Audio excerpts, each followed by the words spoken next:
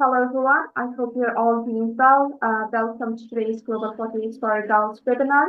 My name is Farah Brahmi and I'm the moderator of GPT program, which stands for Global Focus for Girls. And it is a pleasure to have you all in this important session about scholarship opportunities in the US. Today we are focusing on three prestigious universities, University of Illinois, University of Miami, and University of Arizona, in the scholarships they offer for undergraduate students. Many students like the dream of studying abroad, but financial challenges often stand in their way. So that's why we are excited to have Tori, who is an educational mentor at EAGT, enter our board.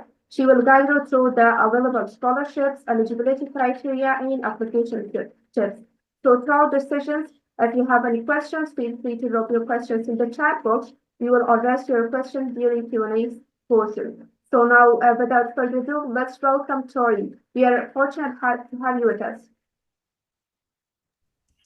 Thank you so much for that introduction. Hello, everyone. My name is Tari. I'm here to tell you about scholarship opportunities in the United States of America. Before I start, a little bit about myself. I've been an educator for the past 8 years. I started my career in education through the Teach for America program, which allows teachers to teach in different U.S. states to low-income students. I followed that up by applying to the Fulbright Scholarship Program, where I taught English in South Korea for a year. And currently, I'm teaching at an international school in Japan, preparing to transition to a full-time position as an international admissions counselor, helping international students apply to US colleges. So I'm really excited to share all this information with you today, and I'll try to be as thorough as possible. And feel free to ask questions at the end. So we should be able to see the starting page of documents is Bachelor Scholarship Opportunities through Global Pathways for Girls, specifically about the United States of America. So starting off, I'm going to just give a introduction to the US. It has a pretty big population. The US is quite a large country. If you were to stack it on top of Europe, it would cover a large portion of it. Even though it's one country, it is very populous, with a population of over 330 million people. And it's the third most populated country in the world as of now. For the culture, it's a melting pot of culture that's shaped by centuries of immigration from various different, uh, for various reasons. And it's a home to a wide range of ethnicities, languages, and traditions, very diverse. And what's interesting is when you go to the US, you'll find that the particular makeup of the diverse populations change depending on what region of the US you are in. So, for example, the makeup of the people is different on the West Coast versus the East Coast, from the South versus the North, as well as the Midwest, as well as the climate will be different as well, which I will talk about a little bit more later. But this leads to lifestyles, accents, and traditions varying very widely between those regions. So you definitely can't expect people across the country to sound the same. Some popular accents you may have heard on media or on TV and movies would be maybe the New York accent or the Southern accent from people from Texas, but there are many different accents that are common in different regions of the country. For the economy, the United States is one of the largest and most powerful economies right now. It has a mixed market economy that is uh, strong in industries like technology, finance, healthcare, and manufacturing. It's well known for innovation and entrepreneurship, and the home of very popular and well known countries like Apple, Google, Microsoft, GM, which is a car company. But there are many different companies and, tech giants that are located in the United States and have expanded their reach to international posts throughout the world. The educational system in the U.S. It's renowned for the higher education system. There are many prestigious, well-known universities there, and it attracts students from across the globe. The education system has many different factions. There are public schools, there are private schools. There's also vocational schools, as well as community colleges, liberal arts colleges, and research universities, all have their own function within the society. Tuition at US universities vary by state, also by how prestigious the university is. Um, It varies by whether or not the institution is public or private. And then for public institutions, the tuition will also vary uh, due to whether or not the applicant is a resident of the state or not a resident of the state. As international students, you would be considered an out-of-state student. Some colleges strictly treat you as out-of-state students, whereas some colleges will treat international students as a totally different entity when it comes to tuition. So it really just depends. So in 2023, the average college tuition cost for out-of-state students, which includes international students for the most part, was $23,630 USD for public universities and $42,162 USD at private universities, and these costs typically rise annually. It tends to be a bit more difficult for international students to get funding from universities in the form of scholarships, etc., especially from public universities, because a lot of public universities will have scholarships that are based in their state or will be from the federal government, and typically it's unusual for money from the state or the federal government to be able to be used for international students, but other entities and endowments can create opportunities for scholarships for international students. Full transparency, the educational system in the US is going through a transitional period right now within the Department of Education, as well as with regards to international students and particularly student aid across the board. So this information is relatively current, and as of this month, it is possible that some of this information will change over the next month and the next year. So I do want to mention that. So the three scholarships I'm going to be focusing on today are the STAMP Scholarship from the University of Miami, which is in Miami, Florida, the First Year Global Wildcat Award, which is for the University of Arizona in Tucson, Arizona, and the Fred S. Bailey Scholarship, which is for the University of Illinois, the Urbana-Champaign campus in Champaign, Illinois. So about these three universities. So in Miami, Florida, Miami is in the southeast region of the United States. The climate is very tropical, it's very warm and humid there. In Miami, the demographic is very heavily influenced by Latino and Caribbean culture. So if you were to live there, you would have access to all sorts of traditions related to that demographic. Their international students have access to many housing options, especially on campus dorms, off-campus apartments, and shared houses. In Miami, rentals can be high, but by living a little further from the city center, you can get more affordable places. Miami has a decent public transit system, which includes buses, the Metro Rail, and the Metro Mover. Both are different types of trains. Recently, Florida has introduced more train systems that allows you to move more easily throughout Florida, from Miami all the way up to Orlando. So if you were to live there, you would have access to Orlando and, different parts of the state, even those amusement parks if during breaks and things like that. Job opportunities for international students in Miami would be in the realm of hospitality, tourism, retail, and technology. But for this scholarship in particular, you would not likely need to find one, which I will talk more about later. For the University of Arizona, this is in Tucson, Arizona. Arizona is essentially a desert. It's very hot and very dry. My last experience being in Arizona, it was about 130 degrees Fahrenheit. So it can get very hot there if you're used to a hot climate. There are a variety of housing options, dormitories, off-campus apartment, and shared houses. Once more, Tucson has lower rent prices compared to larger cities within Arizona as well as in other states. Arizona is a rather considerably affordable state.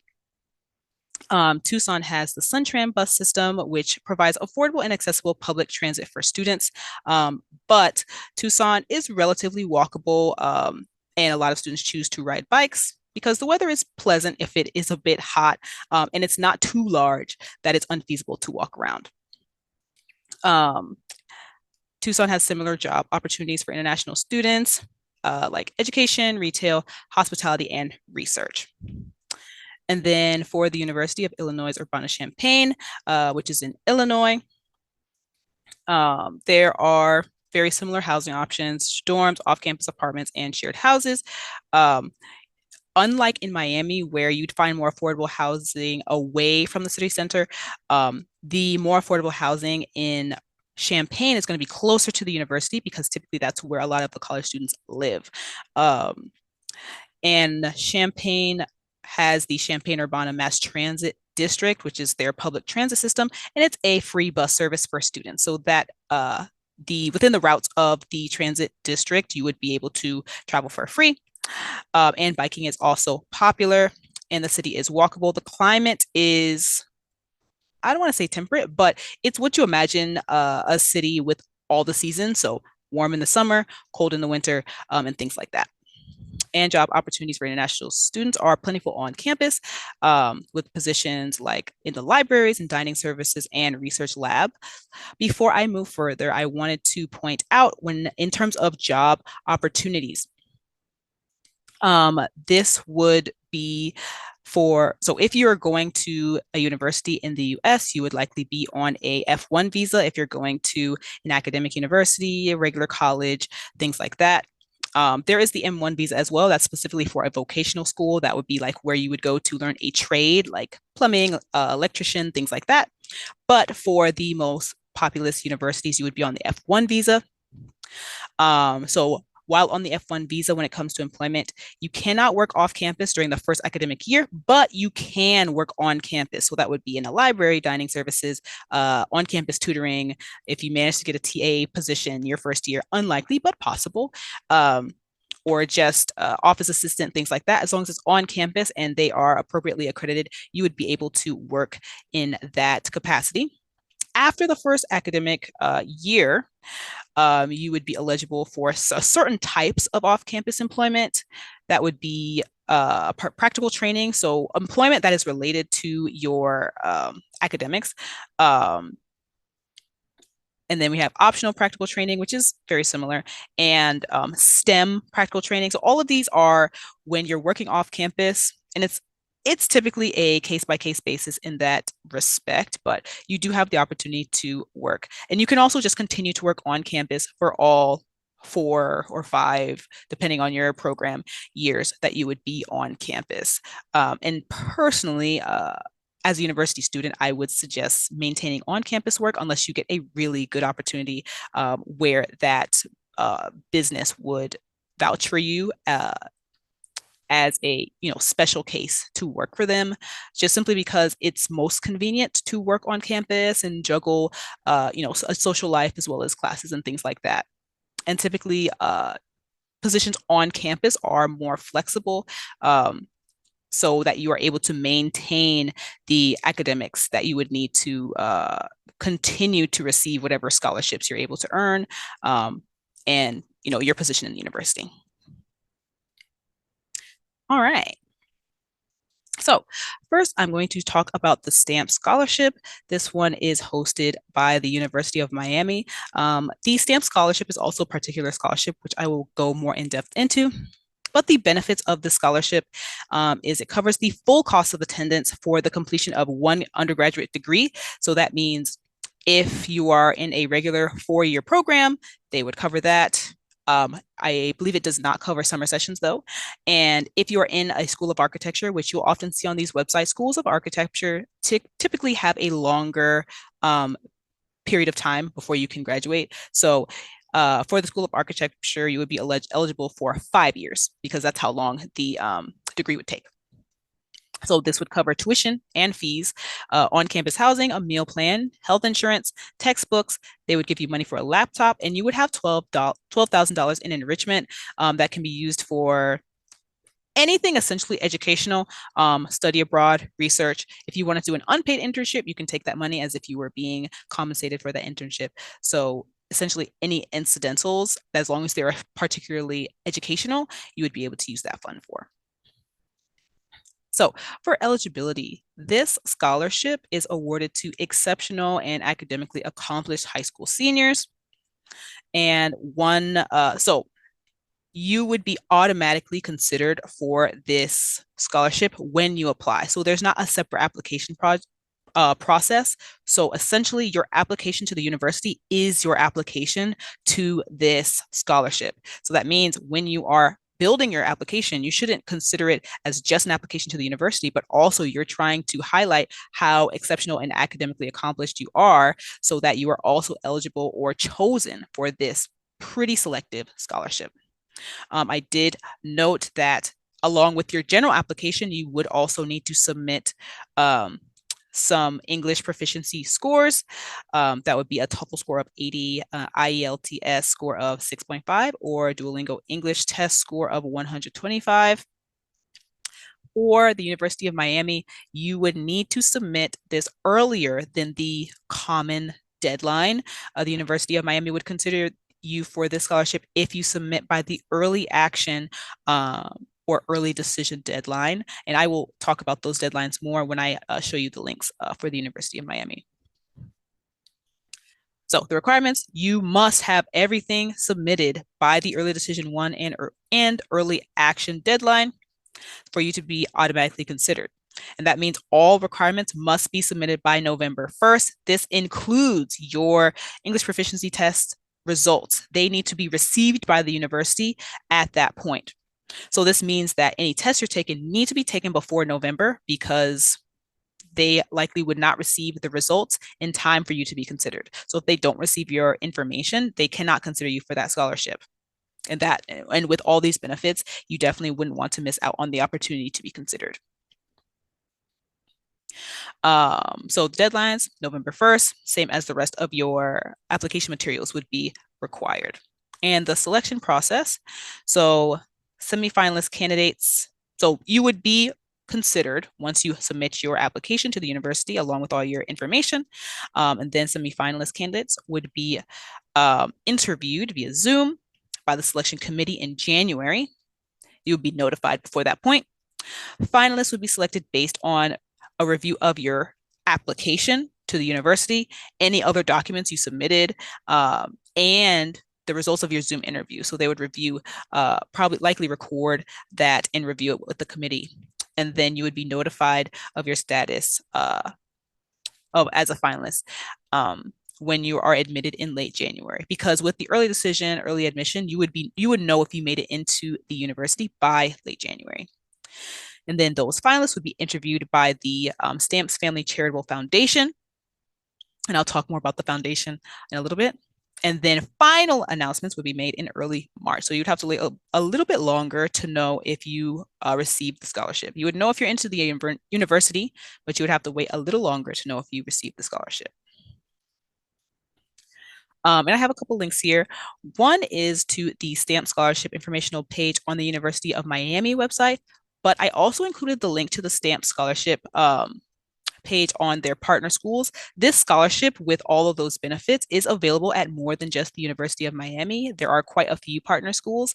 So if you see yourself as someone whose curriculum vitae, whose resume might be considered for this scholarship, I would definitely look into these partner schools and see if you could ensure that you're applying to schools that you know you have the possibility of receiving a STAMP scholarship for. So we'll take a look at that also.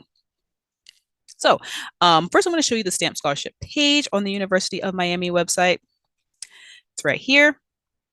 So it talks about the eligibility criteria, the selection process, the terms and conditions, which means you would have to be a full-time undergraduate student. Most of these scholarships require you to just maintain good standing with the university, and you would have to maintain at least a 3.0 GPA. The vast majority of scholarships will ask you to maintain a 3.0 or higher. So you should anticipate needing to do that regardless if you're going to be on scholarship. And also just if you intend to continue on to graduate school, maintaining a rather high GPA is also a priority. All right, so I'm going to start off on the base University of Miami website. So this is the University of Miami website. And from here, I can go, hold on. They changed the website on me. Okay. let's start here. So here is the undergraduate admission section of the University of Miami website. So once you're at the undergraduate admission section, you can get all the information you need by scrolling down, and you can click how to apply. From there, you can click first year because likely I believe most will be first years, but if you would be a transfer student, you can also click transfer. But I'll be focusing on first year students here. Then it talks about the application requirements. So this is the general requirements for applying to the university, which is essentially the same requirements for applying to the STAMP scholarship. You just have to ensure you are, meeting the criteria of being high achieving. The University of Miami uses the Common App, which is an online application where you can apply to multiple universities at the same time. So I highly suggest being on the Common App because you can apply to multiple schools with the same information. So you don't have to keep filling out forms over and over and over again. And oftentimes schools will just have a supplement to distinguish their application from other schools. So you'll need to write a personal statement and supplemental essay, list your curricular activities, submit your test scores. Test scores like ACT and SAT are optional. It says here through spring 2026. So for the next application cycle, it's unclear if this will continue on, but it is possible that they will continue to make it optional. But if you are going to submit test scores, they need to be official score reports using the correct code sent directly from the entity that is giving the test. So you would use the code when you sign up for the test, and they would send your information directly. And then international test report results. Here are the codes for your English proficiency tests. So as you're signing up for the test, you would put this code in so that it would send the information directly to the university. You would also need letters of recommendation. And I'll talk more about tips about that later on. And then the counselor at your school would need to submit a school report. And there's information for your counselor that can be found on the common application on how to do that. And you'll need to submit official transcripts. And if your transcripts are not in English, they would need to be translated by an accredited translation agency, or it can be issued by a school official, but it must be in English before being sent over to the university. And if you aren't able to submit electronically, you can mail your application to the university because that is a possibility for some people. And then, so for international students or foreign national students, as they mentioned here, you can submit international financial certification form. This can kind of show that you have need. So when it comes to many of these scholarships, demonstrating you have need isn't always necessary, but it does help when committees are determining whether or not to give the aid to you or another student. This one is mostly merit-based, but it doesn't hurt to have this information so that you can demonstrate need if you need to. So for UM, there's an International Financial Certification form. There's also the CSS profile, and there's also the FAFSA as of right now. All three of those can be used to demonstrate need, depending on the university. Different universities may ask for different things. And depending on which program you're doing, you might need more information. So the architecture school has more things, the music school and the theater school, they all have more materials that are necessary. But if you're interested in those programs, you can check out the website for yourself. And then I'm going to go here and click admission plans and deadlines and talk a bit more about the early decision, early action. The difference between those is one, the time of your application, as well as if you have to go to the university, if you choose to do that. So early decision and early action both have a deadline of November 1st. Early action is just saying, I'm applying early. Please let me in early and maybe I will go to your university. If you do early decision, it means I'm applying early, but it also means that if I get in, I will go. So if you do early decision, that means if you get into this university, you will not try to go to a different university. It is binding. So that's the difference between action and decision. Early action, I'm trying to get in early. Early decision, I will go if I get in early. And there's early decision one and early decision two. Early decision two has the same time, like deadline as the regular decision. Universities look fondly on early decision because if you choose early decision, you're showing them your commitment to the university essentially. So if they have two students that are equivalent, they're going to choose the early decision one because they know you will go and not decline them. That's the difference. And now I'll show you the Stamp Scholarship Partner Schools website, and just so you can see the different schools that offer the Stamp Scholarship. It's a pretty big list of schools. So that scholarship covers full tuition, everything you essentially need, as well as the education fund. So it's worth looking into these particular schools that offer it. So we have other prestigious universities like Boston College, William and Mary, Dartmouth, Georgia Tech, Northeastern, Purdue, University of Florida, University of Chicago, University of Texas, Virginia Tech. So any of these universities, it is possible to get a STAMP scholarship. They're partnered because the university decides who the scholarship goes to, but it is technically all under the STAMP scholarship name. So take a look at that if you want. That will be in the document. Tips for success. So demonstrate that academic excellence by maintaining a high GPA. Both unweighted and weighted. You can't only rely on your weighted GPA. So also maintain a high unweighted GPA. If you have a chance, try converting the GPA in at your school to the US style GPA because I believe it will be converted once you apply. In your application, you want to showcase leadership, impact, and civic engagement. So they want to show that you will be a benefit to the campus. If you come on, you will lift up your community on campus. So they want to hear about how you volunteered, your leadership experiences, as well as plans for the future, things like that, how you will be essentially a good citizen and a benefit to the community at the university. You also want a compelling personal statement. You want to develop that personal statement so it speaks to your values and includes specific examples of how you embodied those values in the past. You don't just want to say, I am someone who values honesty and just say that. You want to show how you valued honesty above other options you could have taken. You want to show that essentially, to put it plainly, that you are a good person and your values reflect that, and you have experience in making difficult decisions or going through hardships or dealing with hardships that demonstrate those values.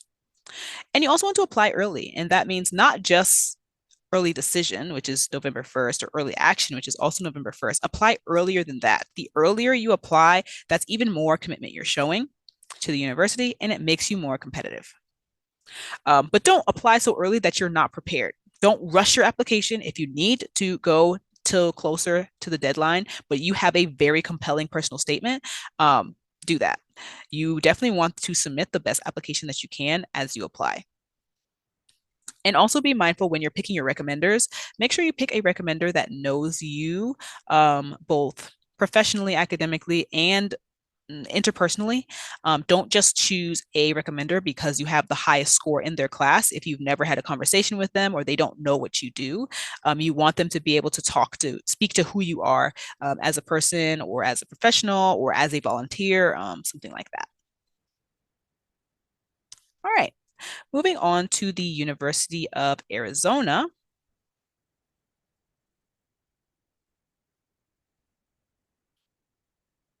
And I see some questions. I will answer those later.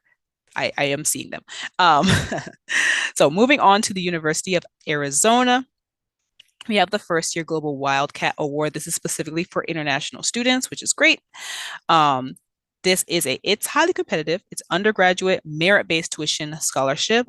It's offered annually, so it can be renewed under circumstances. The amount of the reward is determined by your GPA. So If you are awarded it, your GPA determines how much money you get. And then recipients that meet the renewal requirements can receive the scholarship for all 4 years. And if you're in the architectural school, 5 years, because that is the full undergraduate degree. Here is the chart that shows how much money you would receive based on your GPA. So it can be up to $20,000 towards your tuition.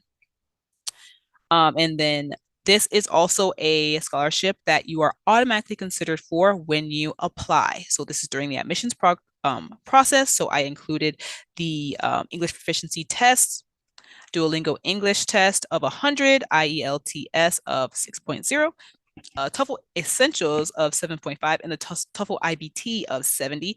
There's actually more options for the English proficiency test. If you go to the link on the document, you can see all the ways you can be considered as proficient in English enough for the program. So they have ACT English, CEPT, full academic test, ITEP, Kaplan. So if you're able to submit scores for any of these and meet the requirements, so there's the score, and then general undergraduate admission minimum, as long as you're able to meet those, then submitting one is perfect.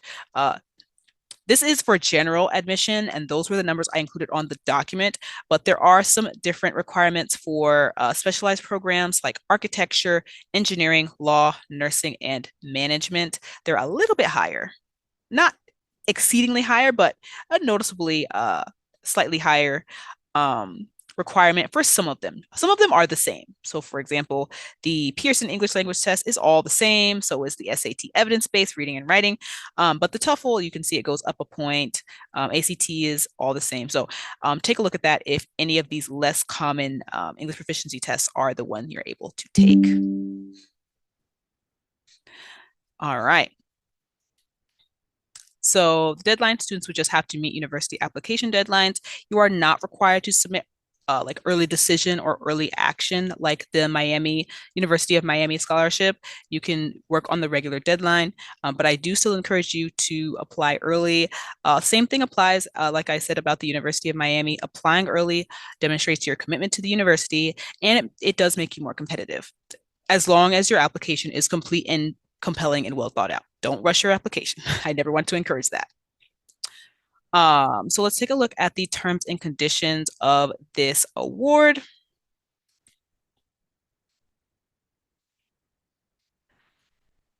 So selection, students selected for the scholarship, you'll receive an email. The offers are non-negotiable. So once they say, this is how much we're willing to offer you, that's it. You can't bargain with them. You can't say, oh, I'll bring my GPA up. No, this is what they offer. If you intend to go there, you just need to accept that offer. And the award, you have to apply it that first semester that it's offered. You cannot use the award for a summer term. So again, only for fall and spring semesters.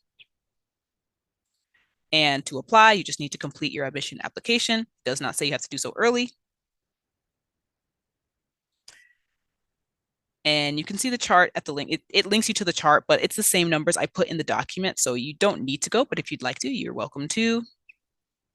And then down here, it kind of details different ways to renew and speaks to your requirements. So you have to maintain a 3.0 GPA throughout your time at the university. You have to have a certain number of credits going on. So by the end of the first year, you should have 24 credits. By the end of the second year, you should have 54 credits. So you just have to maintain a steady pace through your program. And if you are ever dropped from the program, it also details how you can be reinstated for the program. So if for some reason, something happens and you drop below some of the requirements, so you don't have enough credits or your GPA falls, you can maintain certain requirements and be given a grace period where you have a chance to bring things back up to receive that scholarship again. So they do kind of take into account, going to university is a big transition for a lot of people. And things happen. Then it gives examples of what could have happened. So for this example student where they were offered 2,000, these are things that happened. This is what they got each renewal. So you can look through that if you have a moment that is on the document. And there's even more information about withdrawing and deferring and study abroad. So if you are interested in that information, you can take a look. I am going to show you how to get through the University of Arizona website. So here is when you look up University of Arizona, this is the base website. To get more information on admissions, you'd go to the admissions dropdown. They have a place for first year and international. I'm going to click on international to start. So it kind of prompts you to put more of your information in, but if you go to future students, you would pick, so this is where you can get to the English proficiency requirements. If you pick undergraduate, here you can learn how to apply. Here you can look at majors and things like that and explore programs. And then here you can look at deadline. So it says when the application opens, when it closes, things like that. That's for general application because, reminder, you are automatically considered for the scholarship once you apply. If you want to know the tuition, you can go to costs and scholarships. This is specifically for international students because this is the international admissions section. So here are the tuition and fees. There is a range because it depends on your program and your needs because some programs use more technology. They estimate your living expenses and estimate your health insurance as well. So tips for success. So again, you're automatically considered when you apply to the university. When you're compiling your documents and writing your essay, consider how you're presenting your academic achievements and interest in your application. Actually, let's jump back over here and let's look at requirements. Undergraduate. For this, it says learn how to apply. Let's click learn how to apply. Okay, so if you click learn how to apply, if you're a first year, click here, transfer, graduate. But we're talking about bachelor, so I'm going to click first year. This is not a common application. They have their own application portal, so you can click it to start. If you've started and you've just saved, you can click return, dates and deadlines, application requirements. So you can pick your country and see the application requirements. So I put Afghanistan, $80, application fee, English proficiency page, transcripts. The admission criteria is a minimum of 3.0, but if you are trying to get that scholarship, you want a GPA much higher than that so you can get as much money as possible. And this is over the course of the last 3 years of your academic coursework. So if you are in a 4-year high school, I'm not sure if that's the case, you do have a bit of leeway that first year. So for the grade average, you could get an 80% in the percent-based grading scale. And it talks more about the other types of grading scales here. All right. Yeah, maintaining the highest GPA possible is how you ensure you receive the most aid. Remember, we want to aim for that $20,000. Any amount of aid is good, but if you are able to get more, definitely go for more. And then our last university is the University of Illinois Urbana-Champaign, and this is the Fred S. Bailey Scholarship. So there are two versions of the scholarship. There's the undergraduate one, and there's the leadership one. And I will mention the leadership one, but when you're first applying, you can only apply to the undergraduate one. So these undergraduate awards are $4,000 awards. You can get $2,000 per semester given each year to undergraduate students at the University of Illinois who have demonstrated positive impact and commitment as a result of service, community involvement, leadership, and action. So a lot of volunteer work, civic engagement, things like that. Making an impact is very important here. The program requirements, you must also, so beyond, maintaining your GPA and the usual things you have to do to ensure you continue receiving a scholarship, you also need to participate in a minimum of 2 leadership opportunities and 2 enrichment opportunities during the academic year. And these would come from a pre-approved list or can be arranged with the approval of the scholarship director. So it's not a case where you just try things and hope it meets the requirements. They will give you a list like you can participate in this program, this volunteer group, or things like that. Or if you say, I don't know what to do, the director can maybe talk to you and see what would be a good fit and help you find those opportunities to ensure that you are meeting the program requirements. And for those requirements, you're also able to do it virtually. So if you're doing virtual volunteering or mentoring, things like that, that also qualifies. For acceptance, so this scholarship is not automatically considered. This is the only one that's not automatically considered. Um, for acceptance into the university, though, because of course you need to get into the university, you need to demonstrate English proficiency. So Duolingo English test is 120, IELTS is 6.5, and TOEFL IBT is 80. You also need to demonstrate a positive impact and demonstrate awareness and critical thought about pressing issues facing the world today. So when you're writing, I believe you have to do a personal statement. We'll take a look at that in a second. You should be demonstrating that you're a critical thinker, that you're aware of what's going on around you. They don't want people in these programs that are more self-centered. You need to be aware of, the hardships of others and how that relates to yourself and the world and things like that. And they'll also consider financial need and academic achievement. So, high GPA awards, but also financial need contributes. So this is another situation where you'd want to complete a CSS profile. I believe you can complete a FAFSA profile even if you're international. I'm so sorry. I believe you can complete a FAFSA profile even if you are an international student, just to demonstrate need. So those are some options.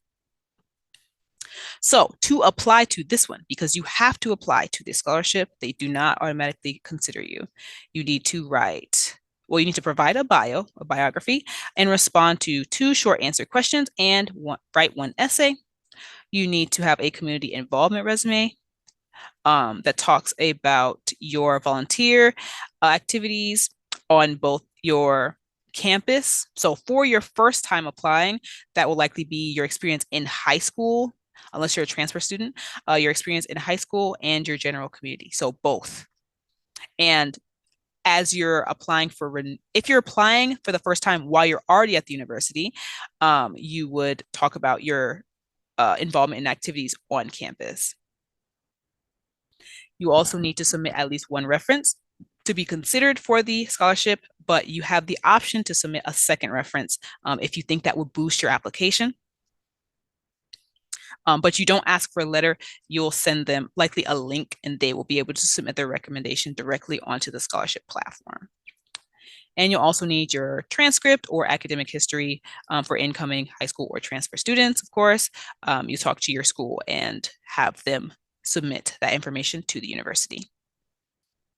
So deadlines, I just included the deadline for the upcoming school year, but the deadline is likely going to be similar for future years, maybe a few days off, but likely in November. But for this upcoming academic year, November 7th, 2025 for fall 2025, spring 2026 applications. And then that's when it opens, and then it closes February 28th, 2026. So it's a pretty decent sized time to apply. And you likely will, if you plan to go to this university, you will likely have already submitted your application for the university by this point. So some of the things you've already prepared could be reused. Like of course, your transcript would ideally already be prepared. You may want to reuse snippets of personal statements you use when you're applying to universities. And you may just ask your recommender to reuse parts of recommendations they've already written for you. You can have your recommenders submit. I'll need to fix this typo. You can have your recommender submit their recommendation later than February 28th, but we will go on the website to find that because this is a typo. So let's take a look at the website. All right, so this is the website. It's through the University YMCA. YMCA is like a gym that is involved in the community. It's like all across the US. And it's in other countries as well. So you may have know about it. So this is specifically about the Bailey scholarships. So I mentioned there's another scholarship. This one is specifically for seniors. So the undergraduate award is for $4,000 a year, 2,000 per semester. So you can apply for renewal each year. So you can apply when you enter. You can apply for your second, third, and fourth year.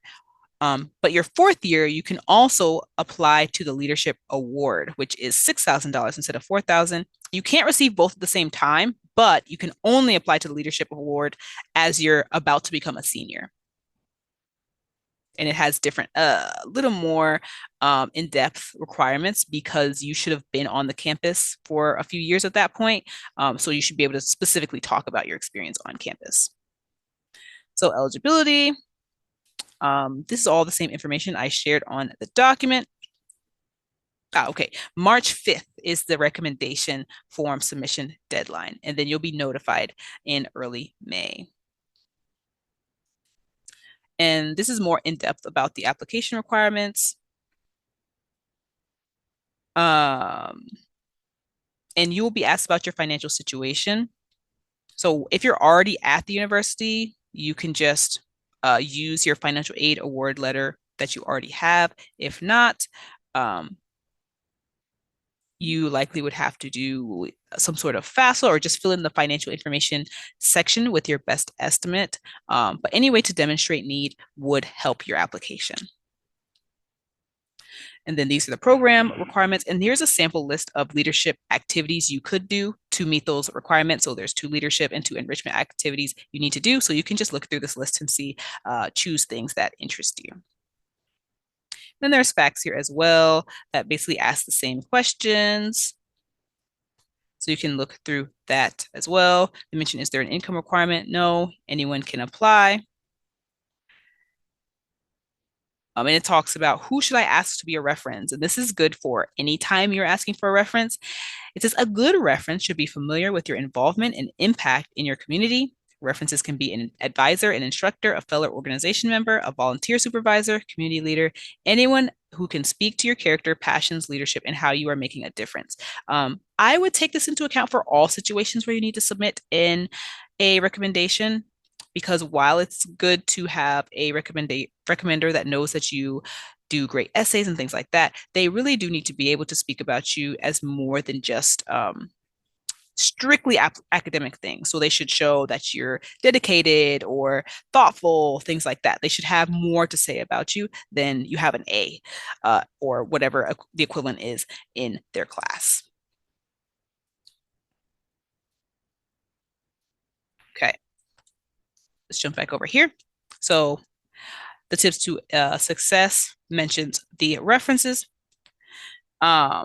When you choose a recommender, consider the following. How familiar are your references with your leadership, service, and activism? Again, not just what you do in the classroom, especially for this one. Do they know what you do outside of your papers and things like that?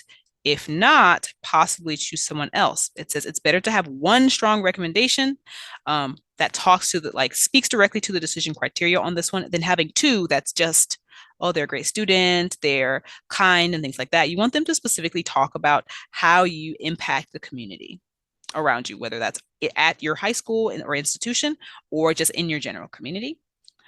And then, are you involved in multiple organizations or initiatives?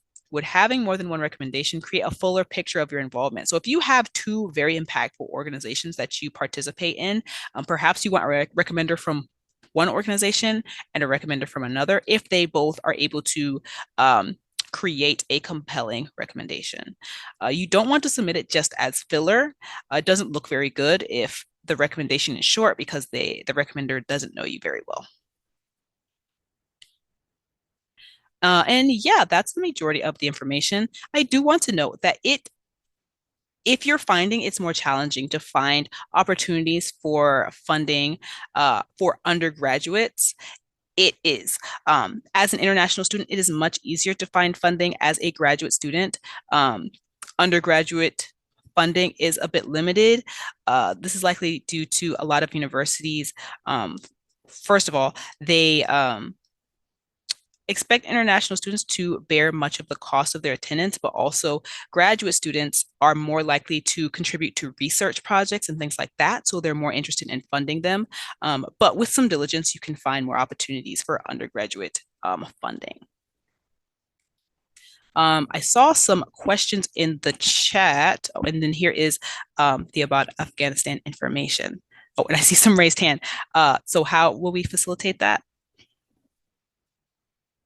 Yeah, thank you, Tori, for sharing your information. Before we take some questions from the audience, one question I would like to ask is about the application fee. You mentioned that they require like around $85. So I think I'm sure that most of the students like they cannot afford the application fee. So Mm. do you think that like they would offer like fee waiver or not? And I think it's as far as I know, it's non-refundable the fee. Yes, so the application fees are not refundable. Um, at So usually if there is a fee waiver situation, this would come from guidance counselors within high schools. When I was even myself, I needed a fee waiver because when growing up, I could not afford that either. Fee waivers were I received the fee waiver from my college guidance counselor in high school. So your counselor within your institution, your high school can possibly contact the universities or contact the universities to work out a situation where the fee could be waived. Part of that is demonstrating need. But that particular situation typically needs to be handled between the school and the university. I can do some more research on that to see if there's a way to directly go as an individual student applying to see if you can find fee waivers. But I might need to spend a little time trying to get more information on that.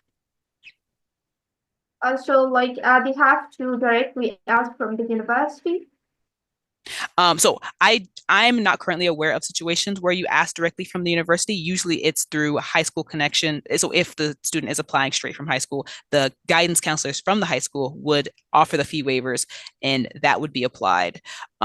Usually it's some kind of code if it's Common App or things like that. It is possible to reach out directly to the financial aid office at a university and see what they can tell you, but I will also perform some research to see if I can get more information about fee waivers in particular. And I will make sure to include that on our next bachelor's webinar. That is a good point. So I will do some research on that. Okay, that would be great. But you mentioned about the schools that they can ask from the schools, but in Afghanistan, I don't think that like schools would be able to like offer like any fee waiver for the students.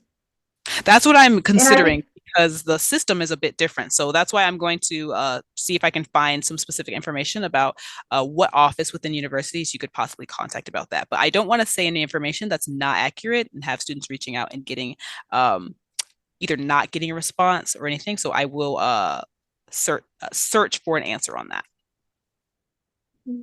okay, and also you mentioned about University of Miami that they can like apply via Common App. So is there any way that they can apply directly from the website Yes. of the university or not?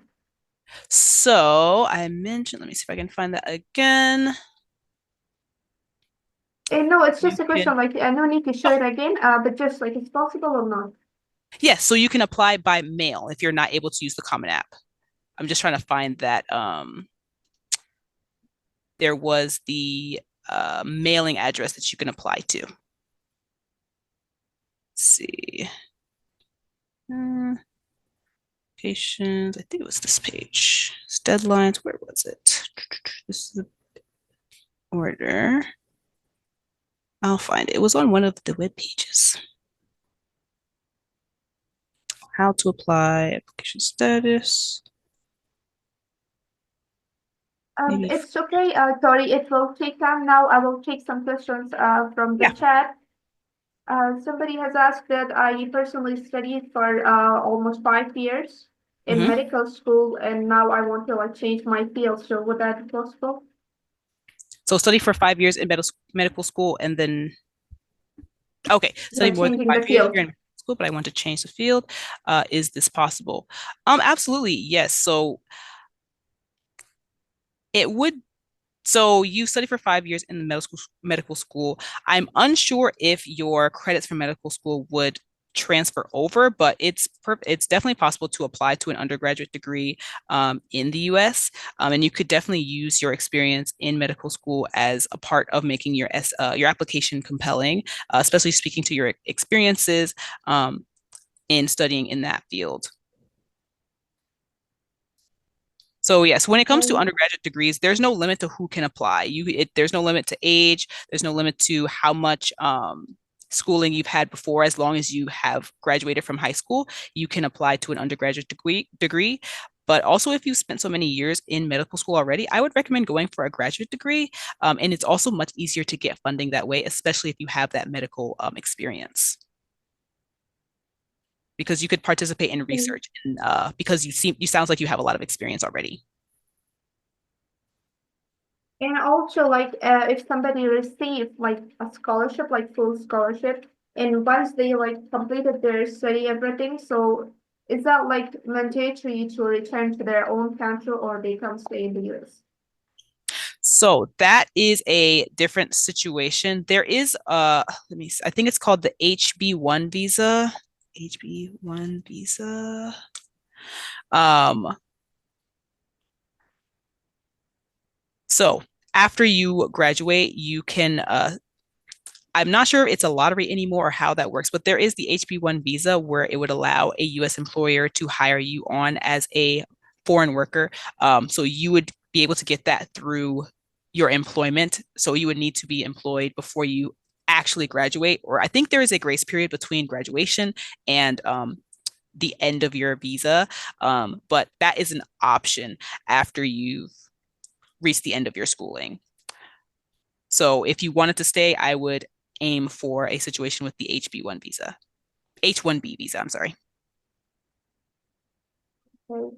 So like they have to explain everything like their situation at the beginning to the university or like to the person that they are in charge of like granting the visa for the student. So they have to explain that once I complete my studies, I'm not going to return to my country.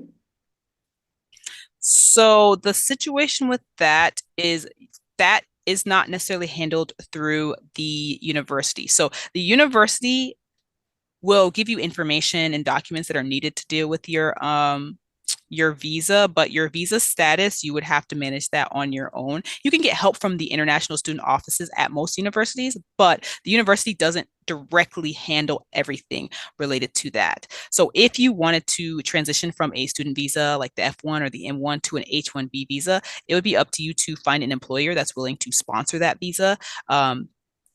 So that would be something you would probably work on the last 2 years of your degree to make sure you're able to do that. Okay. And also there's no age limit. I think you mentioned that earlier. Not for For the student visa. I don't think so. I don't think for the H-1B visa either, but I will double for check right now. scholarships. Oh, no. If you are admitted into the university, there's no age limit for these kinds of scholarships. No. And somebody has asked that you would take once like you directly take your green card in President Trump government. Like, is that true? So green cards, there's a few ways to get a green card, but let's see. We have green cards for college graduates.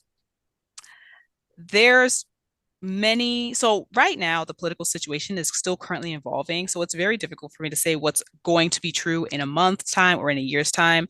I'm seeing news reports where there's been a vow to give green cards to college graduates. This could be true, but it's not currently implemented, so I don't want to make that assertion and have it end up not being true, but it's possible that that could end up being true. But how to get a green card. We can look up how many ways we can receive a green card. So there's a few pathways. It can be asylum, employment based, marriage, things like that.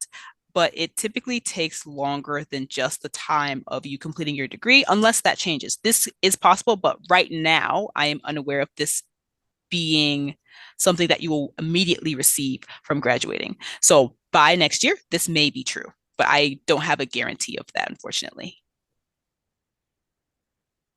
All right. So, in the just another question, like just pops in my head, like about job opportunities. Mhm. I just have that scenario, like if I go to US, like once I get there, I start my studies. So would I have the chance to like work or not? Yes. So under the F1 visa, you're eligible to work. The first year, you must work on campus. So you can work in the library as an office assistant. You can work some jobs I did. I was an office assistant. I ran front desk. I proctored tests where you just kind of watch students take tests. There's many on-campus jobs often at most universities. So your first year, you're only allowed to work on campus. Um, and then after that, you're allowed to participate in specific work situations that are usually they have to be related to your studies. So if you are studying engineering and you get a job that specifically relates to your engineering studies, usually you would be allowed to do that. They call that the curricular practical training and things like that. And then it does say that you might be eligible to work off campus on a case by case basis, but this is still going to be after the first year. But either way, all 4 years, if you only want to work on campus, you are able to do that. Okay, so off campus and on campus, I would be allowed to work. Yes, so I would focus for the first year, you definitely can only work on campus. Personally, I would suggest focusing on campus work unless you are able to get find a situation where they can guarantee to ensure that you will qualify. Um, could be just because on-campus jobs are plentiful and they also are more flexible so that you are able to maintain the higher GPA that's necessary for, maintaining good standing at most universities and for most scholarships. Okay, so now let's take some questions from the audience because you have been waiting. About Yes. which you can unmute yourself. Hello, I hope you are doing well. I just have some question. Okay. I applied for Pace University, and I have recently received and secured a scholarship. It's a presidential scholarship from Pace Oh, University, and they congratulations. offer and they will offer full tuition of university, but the other expenses like housing and other stuff they don't pay for that. So they asked me for a bank statement, but right now I don't have a bank statement, and I'm not sure I can provide that. I just want to ask if you know some organization that can help me regarding that. I also searched for some organization like Avahan Foundation and some other organization, and I emailed them. Some of them just answered that they are not uh, going to help me because I'm not eligible for their application and something like that. But I wanted to ask from you if you know some kind of organization or you have some suggestion for me. Anything you wanted to say? Okay. Let's see. First of all, congratulations on your scholarship. That sounds like an awesome Thank you so opportunity. much. Let's do a quick search. So you're particularly concerned about expenses that would occur outside of actual tuition and things like that, especially housing, right? Yeah. Um, I have been recently researching outside scholarship resources that are not directly connected to the university. But again, it is quite difficult to find many scholarships for bachelor students. There's so much support for graduate students, but bachelor students, they have less opportunities to receive aid. Um, Yeah, but I there, that's good. yeah, it's I agree. It's very difficult to find that kind of information. But there are some scholarships that are specifically for emergency situations. So if you are able to prove that this is an emergency situation, this it may be possible. Let's see, housing assistant scholarship. Mine says in Japan because I'm in Japan right now. Let's see. Oh, it'd be right. It tells me Japan. US international students. Okay. Okay, let's see. The IEFA.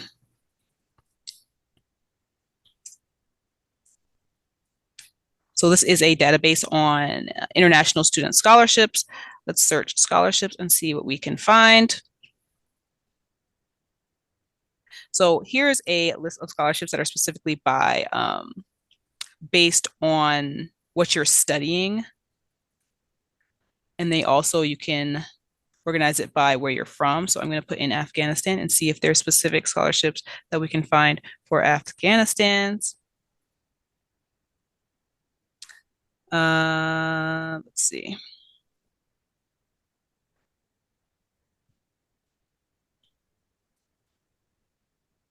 And we're looking for, so these are often for specific institutions. So that's the other roadblock we hit when we're searching for scholarships. There will be scholarships for specific institutions that we're not necessarily interested in. But there are some smaller scholarships, like for example, study a bachelor's in the USA scholarship, where you can submit an essay and earn $5,000. It says to help cover tuition fees, but it's possible that some of your scholarship can be redirected if you're already covering $5,000 of the fees. That's on Yeah, it will be. educations.com. Let's see. And some of these smaller essay contests could be a good opportunity if you're one who's really good at writing essays. To gain like a few $1,000s at a time. So using your writing skills to get a chance to win $1,000, writing a 500-word essay. And I will put this link in the chat after I look through some more of these. Thank you so much. Yeah, of course. So this website might be good to just kind of scroll through, going through the what you're studying tab, where you're studying is going to be the US, right? Let's see. Change this to the United States and see if that It's New York. New York. Oh, awesome. And New York can be rather expensive, so any aid you can find would definitely help. So, and some of these are merit scholarships. So if you are someone who has a high GPA already, and based on the fact that you got a presidential scholarship, yeah, I'm sure you do. So you can apply to some of these merit scholarships as well. So this is for international students. That shows your best in the high school class. So scholarships like these where, this one has a decent amount. So $12,000 is the award amount. Scholarships like these would be a good option for people who need to accumulate several sources of scholarship money. I will put this in the chat just for anyone who wants it. And I will also add this link to the document when I make edits later. For all thank you so much. Yeah, no problem. Here is the link to the page I'm looking at right now. And then you can just take your time scrolling through for whatever is going to meet your needs based on just being from Afghanistan and going to the United States, but also you can narrow it down if you want to focus on your area of study as well. Yeah, thank you so much. You're welcome. I see the question, what about English language level? With English language levels, with the scholarships, usually they are not based on English language level, but applying to the universities themselves are. So for all the universities I showed today, you will need some kind of score, usually TOEFL, Duolingo English test, or IELTS. IETLS. I'm sorry, I always get the letters confused, but it's going to be I think it's IELTS. IELTS. Okay, there you go. IELTS score. So you definitely do need English proficiency test score. Okay, as we wrap up today's session, so now I would like to extend a big heartfelt thank you to Ms. Story for sharing your incredible information with us on the scholarship opportunities in the U.S. Your guidance will surely help many students on their journey to study in the U.S. And of course, a big thank you to all of our participants for their thoughtful questions and engagements. Your questions made this webinar more meaningful. And if you have further questions or need additional resources, feel free to reach out. And looking forward to see you all in our next sessions. Have a wonderful evening. Yes, thank you so much for being here, and I hope this information helps you in your journey to education in the US.